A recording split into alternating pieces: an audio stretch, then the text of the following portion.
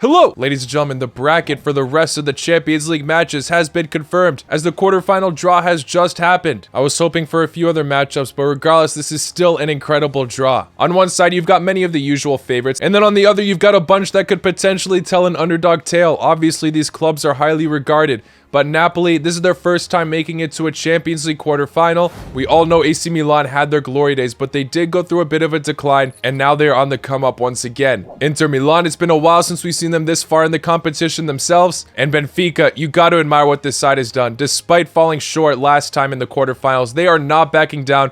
They're looking to make a deep run this time around, and the results they have been putting out have been incredible. Now, I know my last Champions League prediction video did not age very well. I only got 4 out of 8 predictions correct. I obviously went ambitious for PSG versus Bayern. I thought PSG could just kind of write some script going their way. It wasn't that I was underestimating Bayern. Of course, they're one of the favorites to win the entire tournament, always. And then for Chelsea versus Dortmund, I thought I was going ambitious at first, of course, because Chelsea were signing loads of players over the January transfer window. They ended up losing so many matches, so I thought I was safe on this prediction. But of course, they turned their form around in the second leg against Dortmund. Fair play to them. Milan, Tottenham, both of these sides were going through a bit of a rough patch in form, so it was really 50-50 and a tough one to call. And Porto Inter, I gotta feel a bit for Porto, man. Regardless though, Inter know how to clutch up narrowly many times throughout this season, so bravo to them. But yeah, all of these matches are still filled with possibilities, so I won't be surprised if this prediction video ages badly as well. Now, as you all know, I usually use the website Pooky to submit my predictions for the Champions League. I'm able to access the matches for now, but there's a huge update coming to the game, so I might have to resubmit these, as they are launching their play and earn mode on Wednesday, and I am uploading this a little bit early. However, I will definitely be releasing my predictions onto Pooky as soon as the play and earn mode is released, and you all should as well. For each scoreline you predict correct, you will receive Magic currency along with Pooky balls, which will be massive perks for your predictions later down the road. Pooky balls are not only the gateway to the game, but they also add a fun gamification element to the prediction, since they come in different rarities and traits, which will affect the points after each prediction. The Pooky balls will be crucial to the play and earn mode, where you can simply win more by banking on a prediction. Already 90% of the Genesis Pooky balls have been sold, so this is your last chance to secure one in order to take advantage of the play and earn mode. We're going over the Champions League today, but they've also got Europa League, along with the top 5 leagues in Europe, and they will be adding the Euro 2024 qualifiers. The free-to-play mode is here to stay, so make sure you sign up and start predicting. However, the play and earn mode will only elevate your rewards even further. So make sure you tune into the website on Wednesday to submit your predictions to prove that you're a better predictor than me. Let's go in order of when the first legs will be played. So starting off with Benfica versus Inter Milan. What a matchup this is, and you can make great arguments for both of these sides. Of course, many people are banking on Benfica right now as they have been one of the most exciting teams to watch this season. Their group stage run was unforgettable. They were in a group with PSG and Juventus, and they ended up topping it on the final match day. They beat Juventus both times head-to-head as well, and now they're coming up against another Italian club. Of course, it's kind of hard to compare that as Juventus have had very much a rocky road this season, whereas Inter Milan did have their slips themselves, but overall, it seems like they've been a bit more on track. And not to mention, if you're going to use that comparison, you could also say Inter Milan already knocked out a Portuguese club. Why can't they do it against Benfica as well? Porto this season have had some bright moments as well, but Benfica have just been on another planet. Of course, a mix of young players and veterans. João Mario, who plays as a midfielder, has a total of 21 goals this season. Ramos, who definitely got more familiarized to the public after his World Cup performance against Switzerland, has 23 goals for Benfica this season. Can't forget about Rafa as well, recently picking up Norwegian youngster Schjelderup. Another Norwegian arsonist has been an incredible signing for the club, recently picking him up from Feyenoord. Grimaldo getting loads of assists as a fullback. I could go on and on about this squad. So many of their players are in incredible form at the moment. This side has every reason to remain confident for the quarterfinals, but of course they should not overlook Inter Milan. Inter Milan have quite the attacking options themselves. Lautaro Martinez had a pretty slow World Cup, but for his club he has 17 goals so far this season. Edin Dzeko grabbing a decent amount of numbers himself. He has been an absolute game changer in many matches. Lukaku has been quite underwhelming this season for his standards.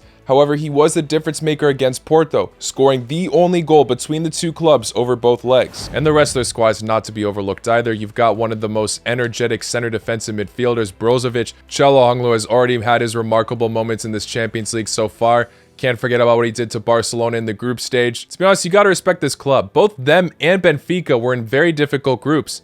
Benfica topped it. Inter squeezed out. Of course, it was going to be very tough to top Bayern, but they still topped Barcelona. sending them to the Europa League. And Barcelona had quite a memorable transfer window. So props to Inter Milan for keeping their ground, staying true to their identity, and they very much still have a solid shout in this UCL campaign. Inter sit at second in the Serie A at the moment by quite a fine margin from first place Napoli. Meanwhile, Benfica are in first place in their league with only 1 loss. Of course, you can make arguments that the Italian league is more difficult than the Portuguese league. However, Inter Milan overall this season have been a lot more inconsistent than Benfica have. Benfica have simply been on track. It is possible that they somewhat lose their run on form here, but I don't think they will. I'll say in the first leg in Lisbon, Benfica are able to beat Inter Milan 2-1. It's going to be narrow. And in the second leg in Milan, it will finish in a 0-0 draw. Benfica advance to the semi-finals. Of course, Benfica absolutely demolished Club Brugge in the round of 16s, beating them 7-1 on aggregate. But I think Inter Milan will be a tougher fleet. I think they'll be a bit more organized in the defense. They could have some moments where they do scare Benfica, but I definitely think Benfica are the better side to bank on here. Of course, I won't be surprised if I'm proven wrong. And sorry to all the Inter fans who maybe got hopeful after they saw my kit, but I do think Benfica very much have a solid go at making it to the UCL semi-finals. Now let's jump to the other side of the bracket here, probably the toughest one to call on the surface, Manchester City versus Bayern Munich. Manchester City absolutely demolishing another Bundesliga club, Leipzig, where they scored 7 goals against them in the second leg. Erling Haaland has had a phenomenal season. He nearly broke a UCL record in that match as well. If he didn't get subbed off, he could have potentially been the player to score the most goals in a single match in the Champions League. And of course, he could be en route to breaking the Premier League goal scoring record. This guy has just been incredible, man. All the praise to Erling Haaland. And all the praise to Kevin De Bruyne, who's still been grabbing loads of assists this season. Of course, I'm not going to go too in depth with this squad. I mean, we're pretty familiar with it by now. They are chasing Arsenal for the Premier League title race, but at the same time, they're going to be very focused on this matchup as they desperately want to win their first ever UCL trophy. And now's the perfect time to try it. Last time they had a very solid run, and they were able to do it without a dedicated number 9. Now they have him at their disposal.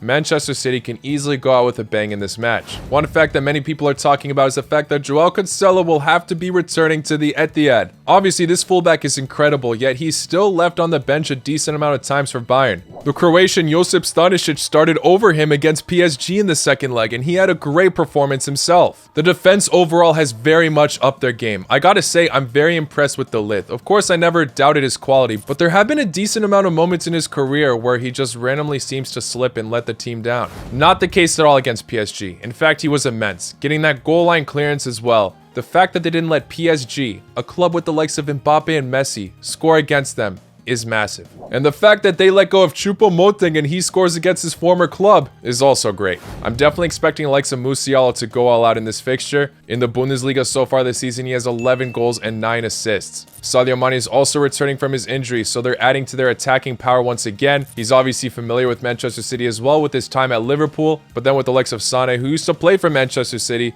Gnabry, Thomas Muller, Kingsley Coman, can't forget about how immense he was against PSG himself. I don't want to go into a pattern listing every player. This squad is stacked. So are Manchester City, of course. Battle of the Giants. Which one will make it to the semi-finals? At the moment, very much a flip of a coin, but I am leaning towards Bayern Munich. I think they are one of the favorites to win the entire tournament. I think it's going to be either them or Real Madrid. Spoiler alert for my Chelsea-Real Madrid prediction. I will say that both teams grab a win at their respected home grounds, though. Manchester City grab a 2-1 win at the Etihad, but Bayern Munich come back 2-1. It goes to penalties. Bayern Munich win. So far this season in my predictions, I haven't made many matches go to penalties, but yeah, I'm saying this one is left on a dramatic note. Totally forgot to mention that Pep will also be returning to his former club that he managed right before he joined Manchester City. So there could be a lot of familiarity between the players and the manager, but I am saying that Bayern Munich come out on top on this one. Now moving on to Real Madrid versus Chelsea. I know I just spoiled my prediction on this. I do think Real Madrid will advance. But hear me out. Don't sleep on Chelsea on this. I know they haven't been the most convincing, but they are picking up their form.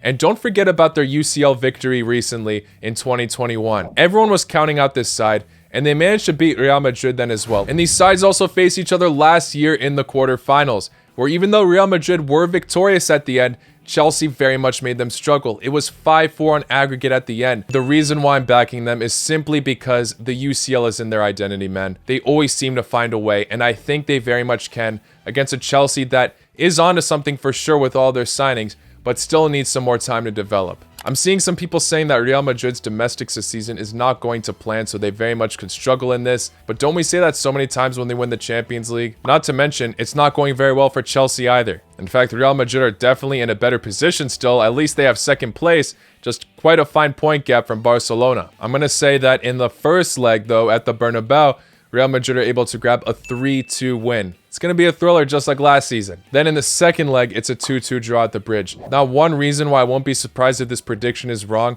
is the fact that Reece James is immense for Chelsea. I mean, ever since his return from injury, you can really tell the defense has stepped up. Vinicius Jr. was able to run all over Trent Alexander-Arnold against Liverpool. I don't think Reece James will necessarily make it easy for the Brazilian. At the same time, though, I just cannot see Graham Potter being a mastermind in this difficult fixture. So I do think it's a safe bet to stick to Los Blancos. But the final match we're looking at is AC Milan versus Napoli. Now, I don't mean any disrespect to AC Milan. I'd really like to see them prove us wrong, but I think they are probably one of the most slept-on clubs in the quarterfinals at the moment. Of course, they won the Scudetto last season. They have some incredible players there that can cause damage. They're obviously familiar with Napoli as well, but they've just been way too inconsistent this season. Many matches not going their way by a hefty margin.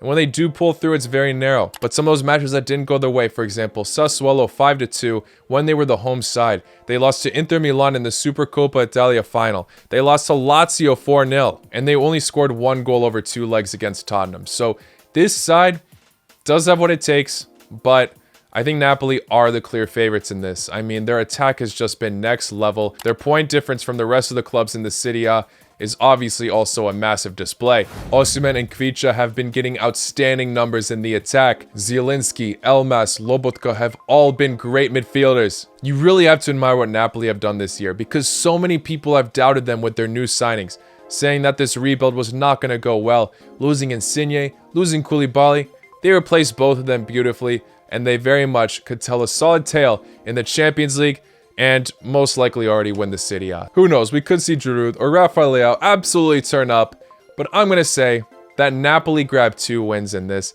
The first leg in Milan, it finishes 2-1 for Napoli. And then the second leg, Napoli are able to grab a 3-0 win. Might be too steep, might be disrespecting Milan a little bit here, but I'm going to stick with this. Napoli advance to the semifinals, which means my semifinal projected matches are Napoli versus Benfica and Real Madrid versus Bayern Munich. Let's see what happens. If I am proven wrong by any means, like I said, I won't be surprised as I don't think there are necessarily any massive upsets in this. What a year of Champions League this could be.